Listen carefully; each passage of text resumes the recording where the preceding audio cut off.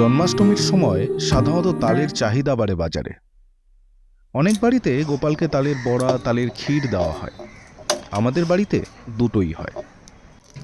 তবে খেতে যত সুস্বাদুই হোক না কেন, পাকা তাল বাড়িতে এলে তাকে রন্ধনযোগ্য করে তোলাও এক শ্রমসাধ্য পদ্ধতি। সেই থেকেই বোধহয় তাল শব্দটা ঝামেলা বা হ্যাপা বোঝাতে ব্যবহার করা হয়। যাই হোক, তাল তো নিয়ে এলেন, এবার তার বাইরেটা ভালো করে ধুয়ে নিন। বাইরের কালো শক্ত খোসা ছাড়িয়ে ফেলুন, তবে সাবধান, তার সাথে হলুদ শ্বাস যেন বেরিয়ে না যায়। এবার আটিগুলো আলাদা করে একটি পাত্রে ভালো করে ভিজিয়ে রাখুন।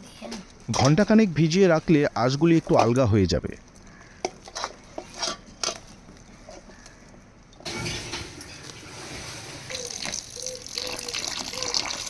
তারপর বেতের ঝুড়ি বা স্টিলের ঝাঁঝি দিয়ে আঁশ থেকে শাঁস আলাদা করুন। তবে আমাদের বাড়িতে তাল ঘষার এই বস্তুটিকে কি বলে আমার জানা নেই।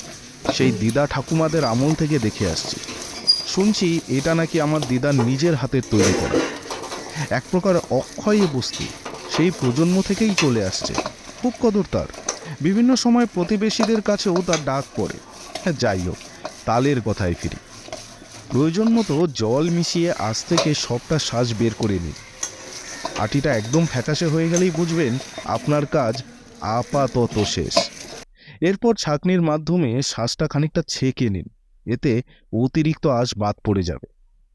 তারপর ভালো করে শুকনো সুতির কাপড়ে তালের শাঁস ভালো করে বেঁধে ঝুলিয়ে দিন। 3-4 ঘন্টায় সমস্ত জল ঝরে যাবে, সাথে কেটে যাবে তেতো ভাবটাও। এবার নারকেল কুড়িয়ে নিন। প্রয়োজন অনুসারে একটা নারকেলের 1 ফালি অংশের নারকেল কুড়িয়ে নিলেই হবে। যদিও গানে আছে, তালের বড়া খাইয়া নন্দ নাচিতে লাগিল, তবু আমার কিন্তু তালের বড়ার থেকে তালের ক্ষীর বেশি পছন্দ। উনুনে বসেছে জল ঝরানো তালের শাঁস।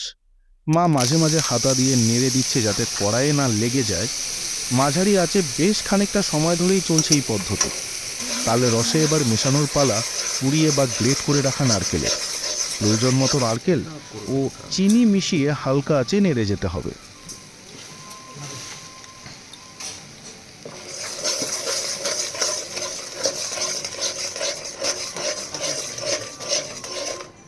প্রয়োজন মতো মাঝারি সাইজের 1 কাপ দুধ মিশিয়ে দিন। তালের পরিমাণ অনুযায়ী দুধের পরিমাণ নির্ভর করছে। যতক্ষণ না পর্যন্ত দুধের সাথে তালের রস মিলে যাচ্ছে, ততক্ষণ হালকা আঁচে নেড়ে সামান্য এলাচ দিয়ে নামিয়ে ফেলুন সেই অমৃত সমান তাল ক্ষীর।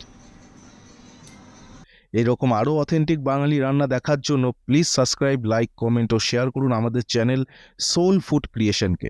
ধন্যবাদ। ভালো থাকবেন, সুস্থ থাকবেন।